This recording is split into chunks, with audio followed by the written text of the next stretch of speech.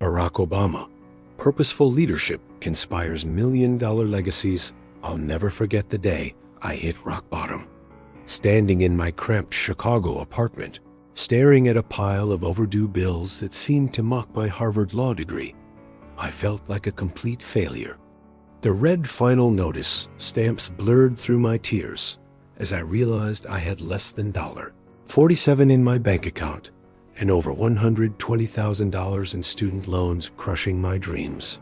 But what good was education when I couldn't even afford groceries? Here I was, supposedly this bright young lawyer, and I couldn't even manage my own finances.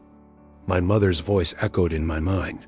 Barry, education is the one thing no one can take away from you. The shame was suffocating. That night, sleep eluded me. I sat at my kitchen table, surrounded by rejection letters from high-paying law firms. Each one felt like a personal attack on my worth. The prestigious positions I'd turned down to work as a community organizer now seemed like the stupidest decisions of my life. My colleagues from Harvard were making six figures while I was choosing between paying rent or buying food. Mrs. Washington, an elderly woman I'd been helping with housing issues, grabbed my hand. If you're drowning in debt right now, feeling like there's no way out, I need you to subscribe and hear what happened next.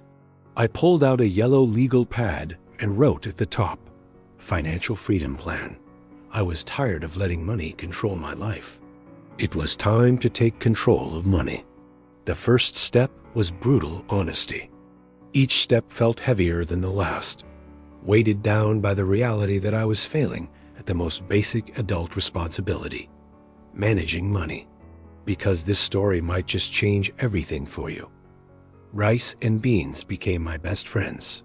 Instead of taking the bus, I walked or biked everywhere. I treated my finances like I treated my community organizing, with strategy, discipline, and unwavering focus. Days when I wore shoes held together with duct tape. There were nights I went to bed hungry. The breaking point came when my car got repossessed. I watched from my window as they towed away my last symbol of independence. She believed in me when I couldn't believe in myself. The walk to the community center that day was the longest of my life. But something shifted when I walked into that community center. The discipline I developed with money was spilling over into every area of my life. I was waking up at 5 a.m. to write. Mr. Obama, she said, her eyes bright with gratitude. Because of you, I didn't lose my home. But more importantly, I built something invaluable, financial confidence. I understood it, respected it, and most crucially, I controlled it. I could take bigger risks, dream bigger dreams, serve more effectively. When you're not worried about survival, you can focus on significance. I wasn't afraid of money anymore. The same man who once cried over bills was now teaching others how to build wealth while serving their communities. I'll never forget logging into my bank account and seeing 5 figures for the first time. It wasn't the highest paying job, but it aligned with my values. The same focus that helped me pay off my first credit card was helping me become a better leader. That extra $10,000 per year went straight to my debt snowball. I was finally playing offense instead of defense, building a presidential campaign from scratch. The financial literacy ID gained taught me how to manage millions with the same care ID managed my grocery budget. Every Thursday night, I held free financial literacy workshops at the community center. Teaching forced me to master the concepts, the ability to say yes to opportunities that mattered, not just ones that paid well. You saved my life. In that moment, I realized something profound. I was rich in purpose, but poor in strategy. Let's build this community of purposeful leaders together. That evening, I made a decision that would change everything. I listed every single debt, every expense, every source of income. The numbers were terrifying, but facing them was liberating. But I kept Michelle's picture on my desk, reminding me that I was building something bigger than myself. I started with the basics. Instead of eating out, I learned to cook. Every dollar saved went straight to my highest interest debt. It wasn't glamorous, but it was intentional. The transformation didn't happen overnight. Moments when I questioned everything. 6 months in, I noticed something remarkable. Reading voraciously about economics and policy. Networking with intention rather than desperation. Purpose and prosperity were finally working together, not against each other. Are you ready to transform your relationship with money? Drop a comment below, sharing your biggest financial challenge. The breakthrough came when I landed a position at a civil rights law firm. More importantly, I negotiated my salary for the first time in my life. But here's what really changed the game. I started teaching others what I was learning. Helping others kept me accountable to my own goals. 1 year later, I paid off $30,000 in debt. Options. The compound effect was extraordinary. As my financial stress decreased, my leadership capacity increased. When you're not drowning in debt, you can lift others up. 2 years into my journey, I had my first $10,000 in savings. It wasn't about the money itself. It was about what it represented. Freedom. The discipline I learned from conquering debt became the foundation for everything that followed. Running for Senate with limited resources, I knew how to stretch every dollar.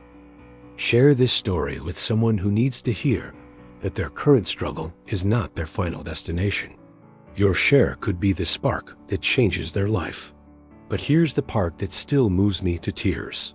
At my presidential inauguration, Mrs. Washington was there. The woman whose gratitude had reminded me that purpose matters more than paychecks witnessed me taking the oath of office.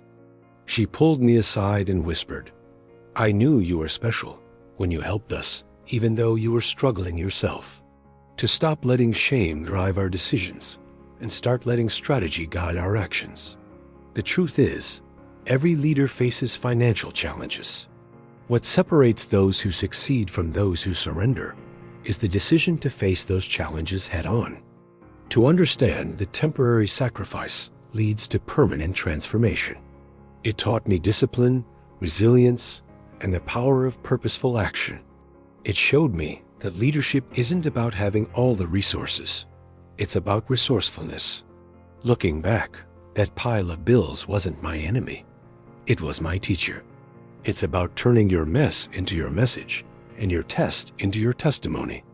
Today, when young leaders tell me they can't pursue their purpose because of their financial situation, I share this story.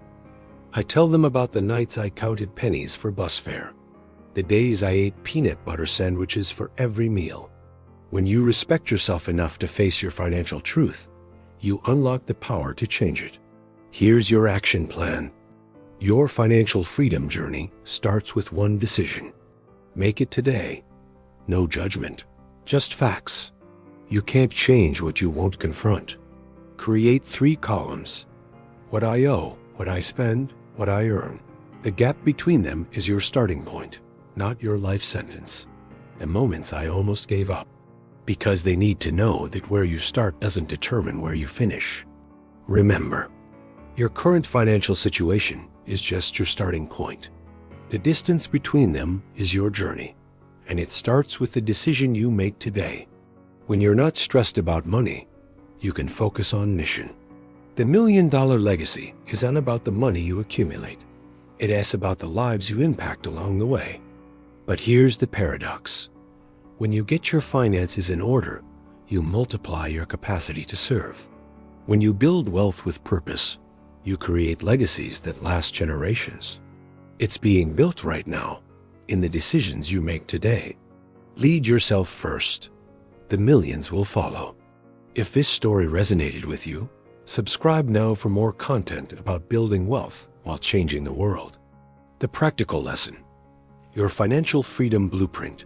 It's about proving to yourself that you can face any challenge, overcome any obstacle, achieve any goal. Here is what I learned from going from food stamps to financial freedom. Your relationship with money reflects your relationship with yourself. Step 1. 1. Conduct a brutal financial audit this week. List every debt, every expense, every source of income. Step 2. Create your purpose-driven budget. Align every dollar with your values. Cut expenses that don't serve your mission. Redirect that money toward debt elimination and dream building. A budget isn't about restriction. It's about intention. It's choosing your priorities rather than letting circumstances choose for you. Step 3. Build your knowledge action bridge. One financial book per month. But more importantly, implement one concept per week. Knowledge without action is just entertainment. Join a financial accountability group or start one. Teaching others what you learn accelerates your own mastery. Reflection question. What would you do with your life if money wasn't a constant source of stress? That vision is your why. The transformation from financial chaos to financial confidence isn't just about numbers in a bank account. It's about becoming the person capable of managing wealth while maintaining purpose. Your million-dollar legacy isn't waiting for you in the future. See if you've made it this far and are ready to prosper. Click on one of the stories appearing on your screen. Each story is a compass guiding you toward true financial prosperity. See you there.